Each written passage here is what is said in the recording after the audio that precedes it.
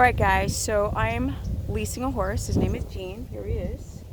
And I'm here at a stable called the Dark Horse Ranch. And behind me, you can't see it, but this is a state park here. Not a city park, sorry. City park. Kids can play, and then they also have a place for horses. So, it's a beautiful day. Gene and I are taking a walk. You guys are going to see more vlogs about, everyone, they think they're not stressed, but they are. And it's windy today. It's really nice though. People are stressed. They say that they're not stressed, so I know what I'm doing. I'm doing this on purpose. I live in LA. It's a traffic cluster-frack of a mess. And look, there's no cars. Not a single car's gone by. There's not even anyone in the friggin' park.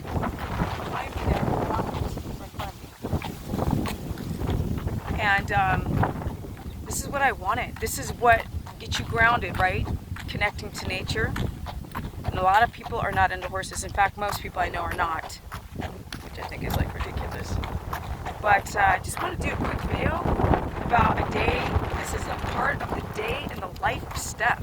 And I'll do more vlogs like this. This has everything to do with keto. Because you can't keto adapt if cortisol's up. You can't keto adapt if your circadian rhythm is off. And this is what I love about connecting to nature. I love it. I'm in a neighborhood. How weird is that? California's so weird. But with that said, I'm going to connect back with the old horse. Not old, he's actually a teenager. And enjoy my day and learn more about how to heal the gut wall by getting your stress down. And breathing more, because here I'm outside friggin' breathing real air, because there's plants, not that friggin' office stuff. Alright guys, peace, and I'm out.